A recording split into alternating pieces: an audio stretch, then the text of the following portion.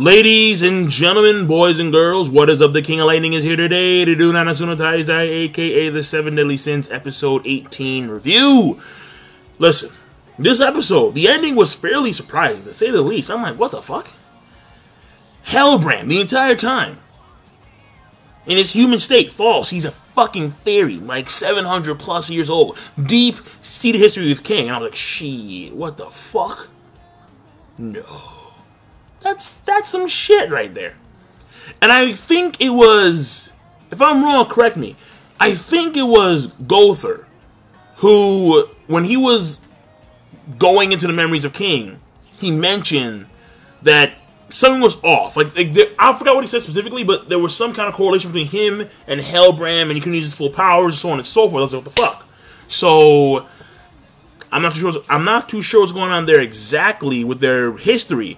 And it looks like we're going to find out in the next episode about what went down specifically 700 years ago when he left the forest and left Elaine in charge, pretty much, as he went to deal with Hellbrand. Or trying, initially, after the ending of this episode, he goes there to try and save Hellbrand and company.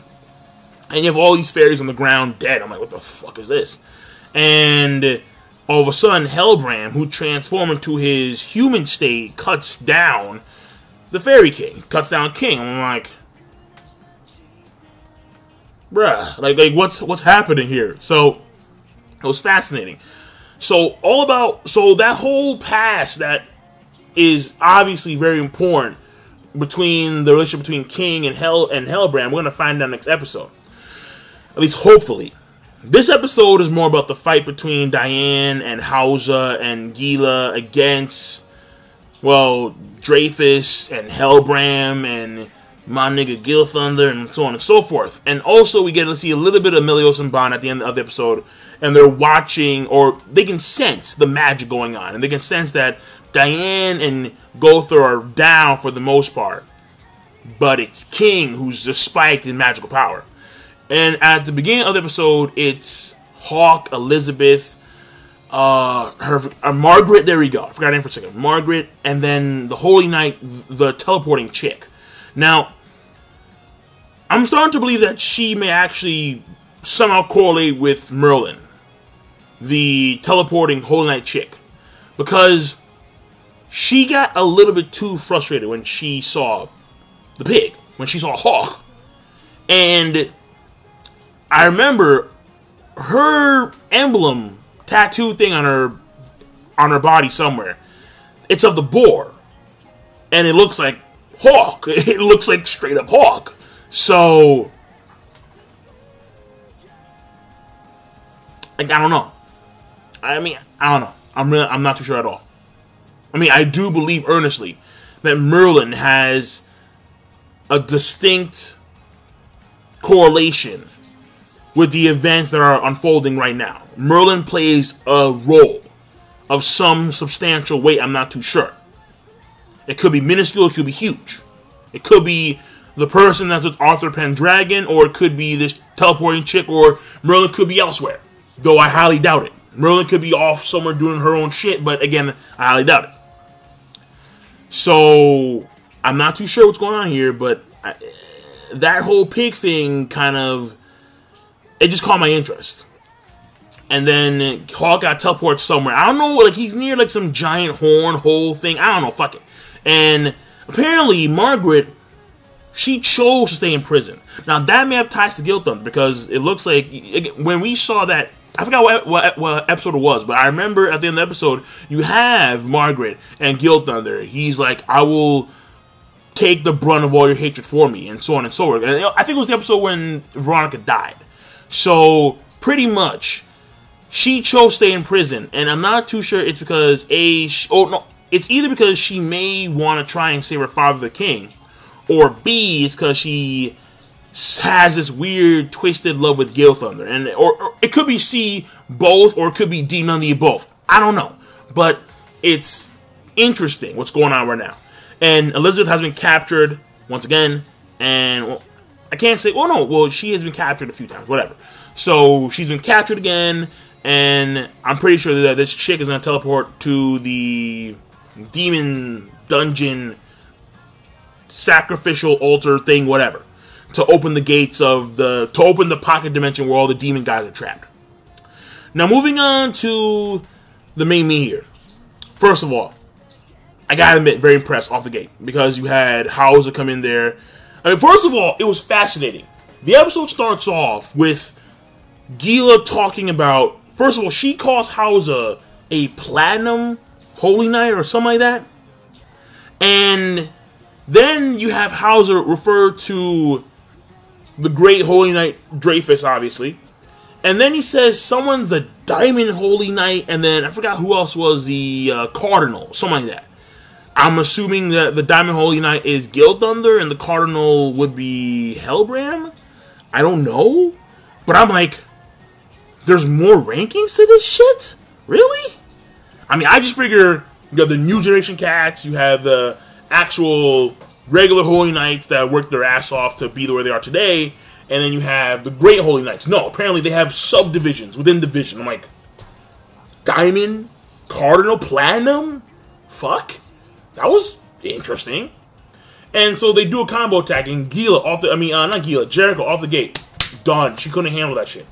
But then you have Hellbrand, man, not a big deal. Gilthunder dodged that shit. He died, my nigga Gilthunder. But fucking Dreyfus, not a fucking sparkling, not a scratch, not a dent in his arm. I'm like, shit. And then in comes Gowther. Now, I'm starting to believe that, and here's my theory.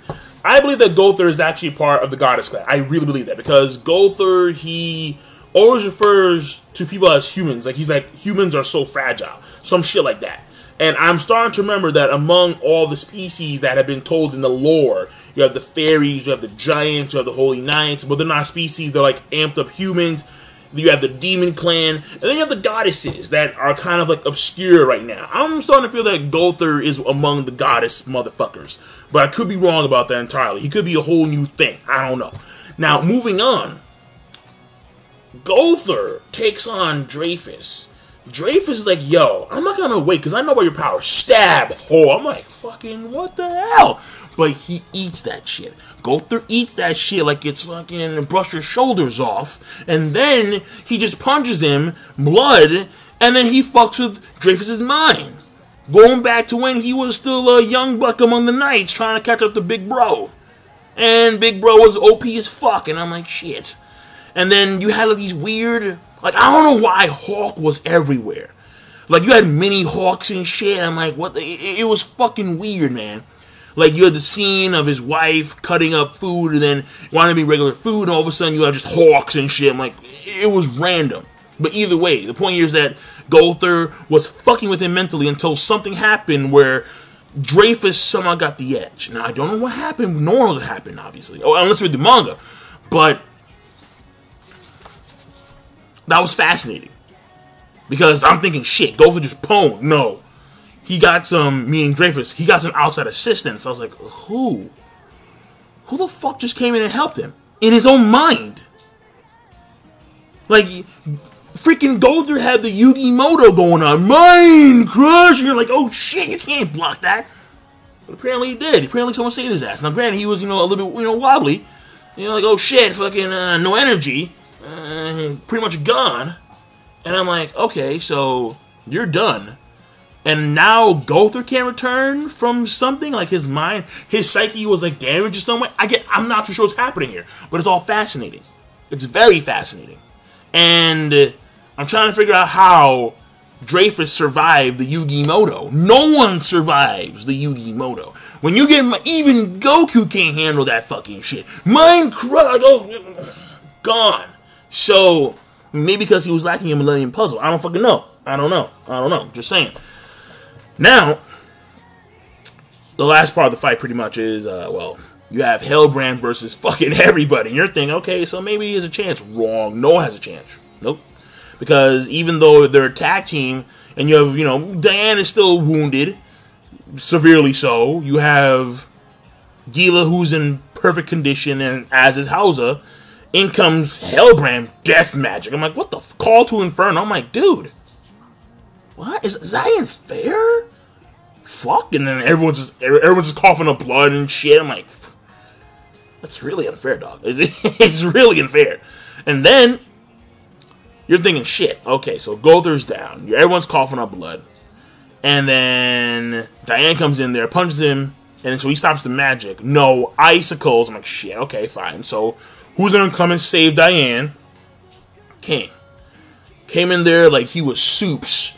And blocked the fucking ice. Hellbrand, fuck you, fuck you, fuck you.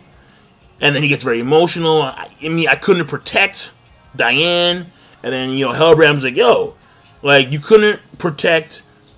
Well, now you can't protect Diane. I think it was 20 years ago you couldn't protect the forest from the fire. And then even 700 years ago, even then, you couldn't protect anyone. I'm like, shit, okay. So, from then on, you know, there was some deep-seated history between Hellbrand and King. And then as King starts to pwn a little bit, you shows her true form. I'm like, okay. All of a sudden, this man's a Frieza. Alright. I mean, unlike Frieza, it didn't take like 15 episodes to show him his true transformation. No. You had poof, and then I'm a fairy. What up now? What up now with my dog? I'm a fucking fairy. Looking really evil too. Like he's I mean, they're everywhere in RPGs. Shit, he's a dark fairy. He looks like a dark fairy at least. He looks evil as shit. He has the fangs going on. He has like the highlighted eyeliner thing going on. I'm like, fuck it. He's not looking like a good guy. That's for damn sure. So, and his store looks evil as shit too. So he's just punking. He's just like fucking slash, punk, and you know, so the tables turn immediately. And apparently the entire time King wasn't using his full power to fight against him. He was using his full power to protect Diane. That's pretty cool. And the entire time King's in a beatdown. But at the end of the day, this guy, Hellbrand, wanted to inflict King mentally, showing him the death of someone he loved. And you can tell based on the mannerism of what Hellbrand is saying. It seems as if Hellbrand lost someone very important to him 700 years ago. And like his lover or his something like that. And he kind of, I guess, blames King for that loss. Therefore, he's going to inflict the same damage upon King now. That's the way it seems based on his mannerisms. Again, I'm not too sure about that because it's speculation. But at the end of the episode, after the credits, after the ending, when you have King and he flies off to save Hellbrand or help Hellbrand from some situation of some kind, and you have all these fairies, one of the fairies was a girl and she had the same pointy ears as Hellbrand does. And then another girl had like a red dress that King picked up, saw her face, and kind of like started crying. So I'm not too sure what's happening here, but I think this has a direct correlation with Hellbrand. Though the question is, if that's the case, if these women were important to Hellbrand in some way, shape, or form, then why did Hellbrand in his human form attack King? It almost seems as if like Hellbrand betrayed the fairies for some fucking reason. Like, I don't know why. Was it... Oh, no, it can't be Hendrickson because this was like 700 years ago. So what the fuck happened? Again, I want to find out. I'm very curious. So that's it. That's it. I'm done. So overall, the episode I thought was very fascinating. We're getting a lot of insight. We're getting a lot of clues to what's going to happen here between King and Hellbrand. King, it looks like he's going to pull out the stops. It looks like he's going to stop holding back, or he's going to undo some type of pact seal that he made with King, or that he made with Hellbrand 700 years ago, and so on and so forth. But overall, the episode, it was better, much better than average. So I'll probably go with a great plus. Good plus to great. There we go. So that's it. I'm done. King Lightning, rate the video. Make sure to do that. Rate the video. Alright, you have this mouse right here. Boom. Click it. Click it. Rate the video. Comment. Subscribe.